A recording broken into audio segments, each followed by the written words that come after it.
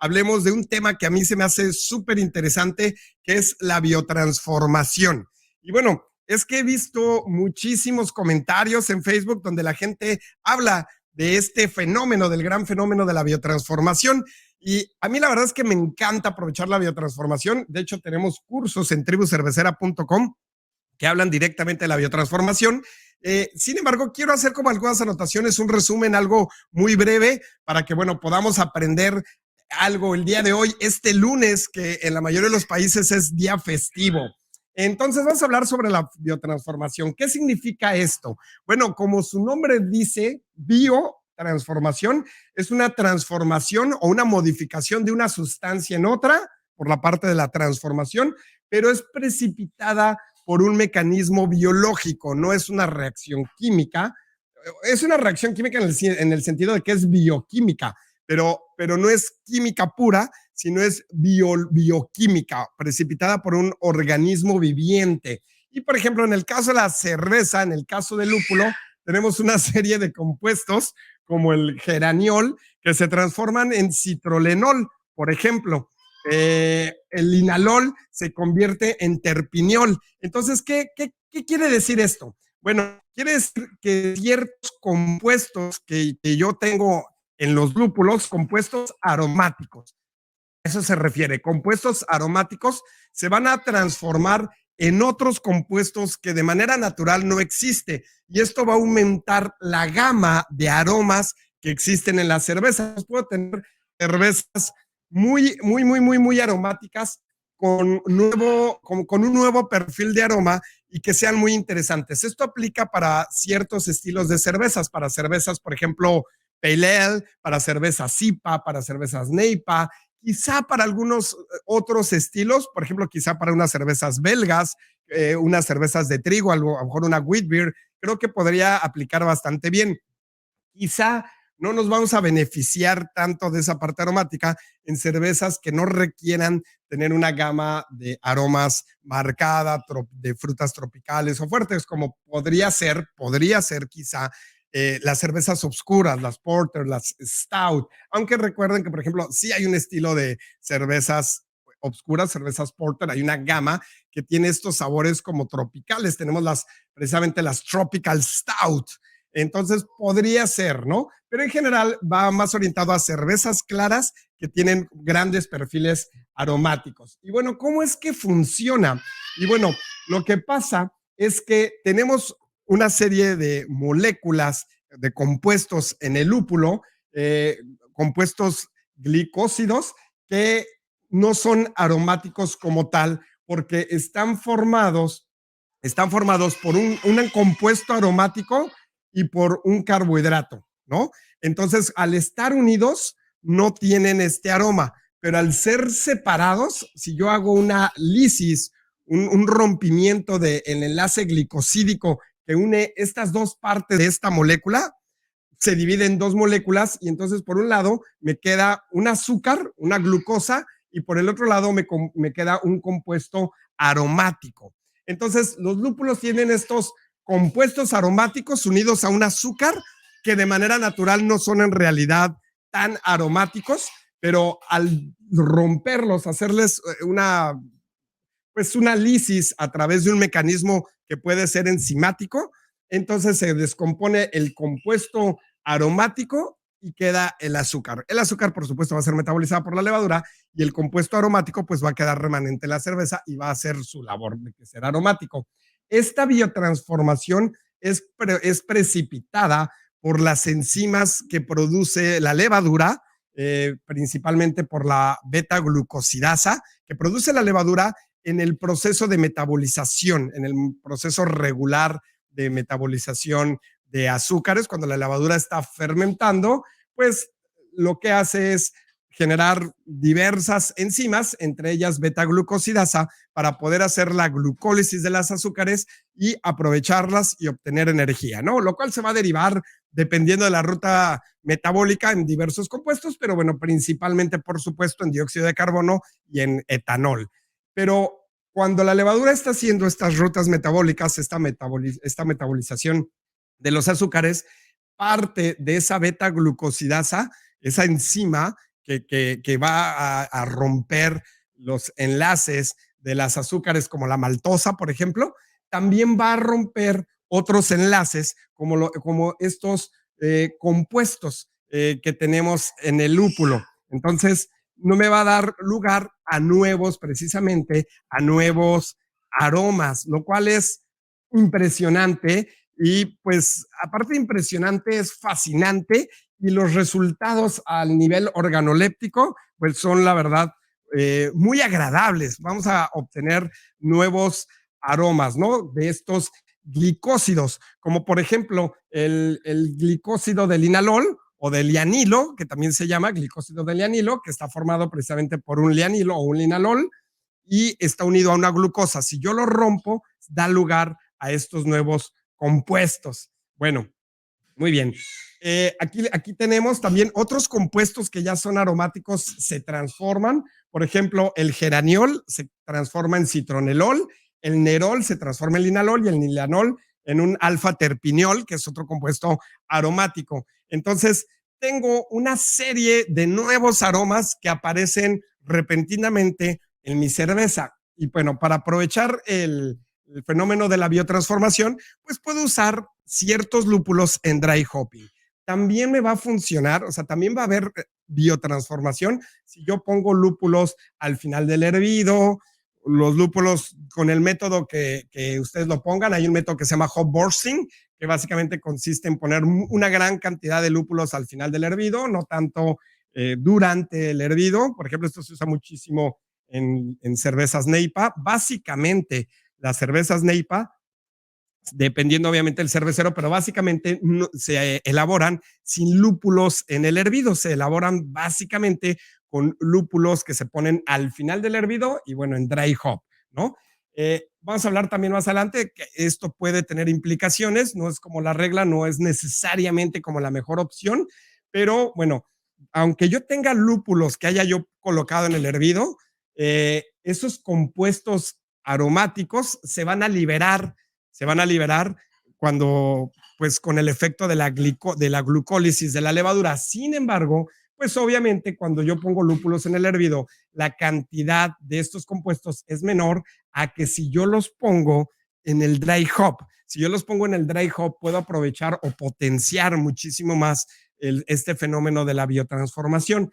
Entonces puedo poner los lúpulos en dry hop y entonces cuando la fermentación todavía está activa, cuando la fermentación está decreciendo, cuando ya no es tan fuerte, cuando ya no es tan activa, y entonces las enzimas como la beta-glucosidasa que libera la levadura, pues van a romper estos compuestos que son glicósidos y los va a transformar en compuestos aromáticos y en un azúcar residual. Y algunos de los lúpulos que yo creo que hay muchísimos, por supuesto, pero algunos de los lúpulos que yo creo que son buenos como para probar el fenómeno de la biotransformación por sus características de aroma que nos puede dar, son pues Citra, por ejemplo, Cascade, Mosaico, Bravo, Nelson Sauvin y mucha de la gama de estos lúpulos del Pacífico, de Australia y de Nueva Zelanda, Amarillo, un gran lúpulo americano, Australian Galaxy, Loral, CTC, por ejemplo, Tomahawk, estos tipos de lúpulos muy aromáticas. Se me ocurre también German Mandarin, por ejemplo, creo que podría ser un gran lúpulo.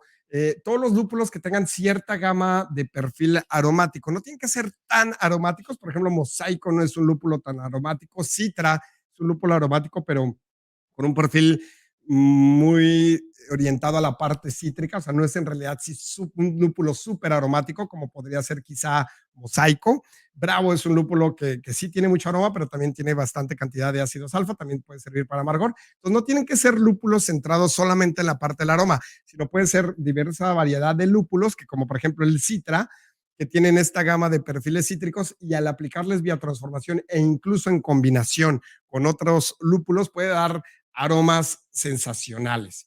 Bueno, aquí tenemos algunos de los aceites esenciales que son precisamente los que nos pueden dar esta gama de aromas. Vamos a mencionarlos solamente para hacer esta plática breve y poder pasar a la parte de preguntas y respuestas. Entonces tenemos el mirceno, el farneseno, el inalol.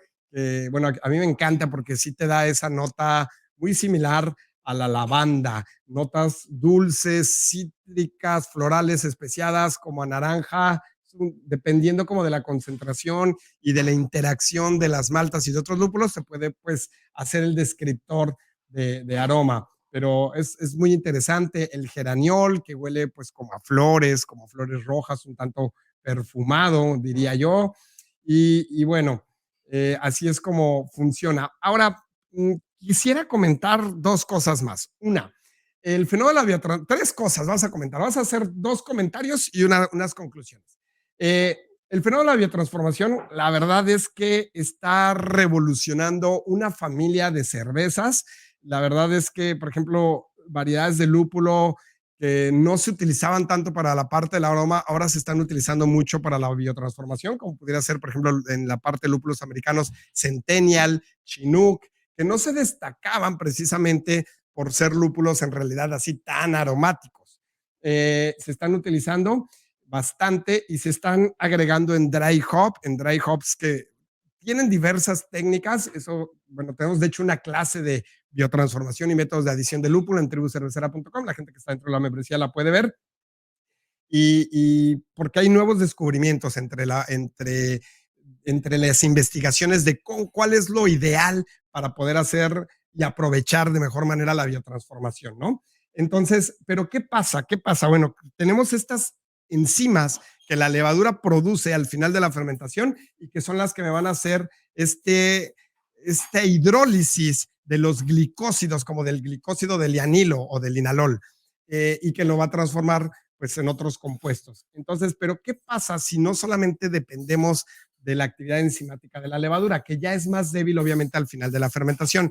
No lo hacemos antes, porque cuando la fermentación es muy efusiva, efectivamente hay una mayor actividad enzimática, pero también al ser tan efusiva y al haber tanta producción de dióxido de carbono, esto barre los aromas. Entonces la biotransformación, la adición del dry hop para aprovechar la biotransformación debe de hacerse al final de la fermentación. Pero ¿qué pasa si yo quiero potenciarla aún más? Entonces podría utilizar enzimas exógenas, o sea, externas. Podría agregar beta-glucosidasa externa para potenciar la biotransformación. Y bueno, la respuesta corta es, por supuesto que sí. De hecho, existen enzimas para los cerveceros, existe básicamente la beta-glucosidasa para agregarle a la cerveza e incrementar los niveles de estos compuestos aromáticos como del linalol o el lianilo, que es en realidad su nombre en español. Mucha gente también le dice linalol.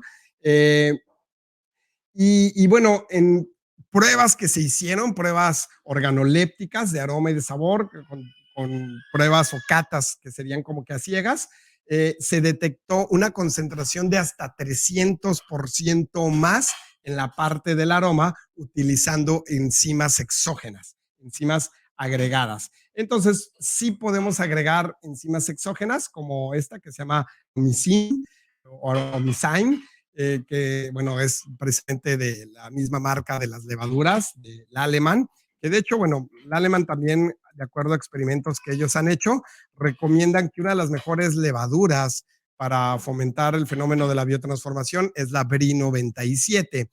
Y creo que la Alemán ha metido muchísimo en esta parte de la biotransformación y ha precisamente lanzado al mercado estas enzimas exógenas para agregarlas y aprovechar el fenómeno de la biotransformación, lo cual nos lleva a dos cosas. La primera es que, bueno, podemos potenciar mucho más esta parte de los aromas y segundo, que lo podemos controlar con mayor precisión porque no vamos a depender de las enzimas que la levadura genera en el proceso de la glucólisis. Vamos a agregarlas adicionalmente. Entonces, podría llevar yo la parte del dry hop y la parte del biotransformación más lejana de la fermentación. Ya no hacerla ni siquiera cuando la fermentación va decayendo, sino podemos hacer el dry hop al final del cold crash por ejemplo, o inclusive antes de empacar, lo cual, antes de embotellar o de enlatar, lo cual me va a llevar a conservar todavía mucho más toda esta gama de aromas y sabores. Y bueno, a mí me parece fascinante. Sin embargo, bueno, hay que tener en consideración varias cuestiones. La verdad es que se han estado dando problemas, incluso con cervecerías grandes, famosas, comerciales, que tienen más de una década en el mercado. Se han dado muchísimos problemas ya por el abuso del lúpulo. Creo que el lúpulo le podemos dar un buen uso, pero cuando caemos en el abuso, pues las cervezas en vez de ser mejores se van a en realidad a degradar. Y bueno, los sabores negativos que nos puede dar la adición de lúpulo en dry hop o con otros métodos, que hay diversos métodos, hay como 10 maneras de agregar el lúpulo en la cerveza, pues son diversos. Podemos ir desde el sabor y aroma vegetal, sobre todo el aroma vegetal, el sabor como a materia orgánica, como a pasto, o sea, así como una concentración muy fuerte de toda la materia vegetal, fenómenos precisamente como el hop-borne e incluso fenómenos que nos pueden dar graves problemas después en el embotellado, como el hop creep. Y bueno, por ejemplo, el hop-borne es precisamente cuando agregamos el lúpulo y se disuelven o se extraen grandes cantidades de polifenoles, de estos compuestos que están en el lúpulo, y tienen un sabor excesivo astringente que pueden saber como a cartón, que puede saber, se describe como, porque la gente dice, bueno, es que yo no como cartón, no sé a qué sabe el cartón, por ejemplo. Y bueno, no es que yo coma cartón, a veces, no es cierto, pero se puede describir, por ejemplo, como cuando mordemos estas bolsas de papel en las que viene el té para hacer las infusiones de té, y como si mordieras la bolsita de té, o como cuando dejas demasiado tiempo, por ejemplo, esta bolsita de té en agua muy caliente, y lo dejas pues ahí que se haga la infusión durante un periodo de tiempo demasiado prolongado, te puede dar esta nota que como a papel, como un tanto astringente, a demasiada materia vegetal, y esto se llama hop-borne. Y definitivamente pues, cervecerías que han estado haciendo un abuso de esto están cayendo en estos problemas de hop-borne por la extracción de polifenoles que se encuentran en el lúpulo y pues por el abuso del lúpulo y por no colocar adecuadamente, por no comprender bien los métodos de adición de lúpulo y los tiempos y todo lo que circunda alrededor de esto. Entonces no se trata nada más de agregar el lúpulo así, sino tenemos que entender a fondo qué sucede. Y bueno, les vuelvo a mencionar, en tribucerveza.com tenemos una clase donde lo explicamos a detalle y explicamos todos los métodos de adición del lúpulo. Y podemos caer en otro problema que también lo he visto recientemente, de hecho, se ha hecho hasta noticia en algunas cervecerías, que es el fenómeno de hop creep. Y bueno, el hop creep es eh, un fenómeno que se reporta desde hace más de un siglo, prácticamente. Ya se había observado hace como 130 años. Sin embargo, no se le ha prestado tanta atención, sino hasta recientemente que se ha vuelto a investigar y que se han pues sacado algunos artículos de investigación, pero fue la primera vez que fue observado y reportado fue en 1893 en un artículo de una publicación cervecera que se llamaba The Brewer's Guardian, como el guardián del cervecero, donde Horacio T. Brown, o Horace T. Brown, y G. Harris Morris escribieron este artículo que se llamaba En ciertas funciones de los lúpulos utilizados en las cervezas en las que se les agrega el dry hop. Y es un fenómeno que se reportaba donde teníamos una sobreatenuación, pero ya en la cerveza empacada y una sobrecarbonatación. Y entonces se producía este fenómeno de gushing. Yo he visto mucho que cuando a varios de ustedes les llega a ocurrir gushing, hablo así, ustedes como la comunidad cervecera, muchas veces lo ponen en Facebook y bueno, exhiben sus cervezas que cuando las destapas salen, están sobrecarbonatadas y sale muchísima espuma y que incluso pueden llegar a reventar las botellas y hace que la cerveza sea incluso imposible de servir porque no deja de salir espuma de ella. Bueno, he visto que hay mucha confusión sobre el gushing. Hay muchas causas del gushing. Puede ser un problema incluso desde la materia prima, desde la malta, un hongo que se llama Fusarium puede llegar a provocar gushing, puede ser variedad diastáticos de la levadura Saccharomyces. Puede ser que no se haya incorporado bien, por supuesto, el azúcar de manera homogénea en el proceso de priming para hacer la carbonatación natural, pero también puede ser este fenómeno de hop creep. En este artículo de 1893, los investigadores pues plantearon 3 teorías. Esto fue Tribu Cervecera, la escuela para el cervecero profesional.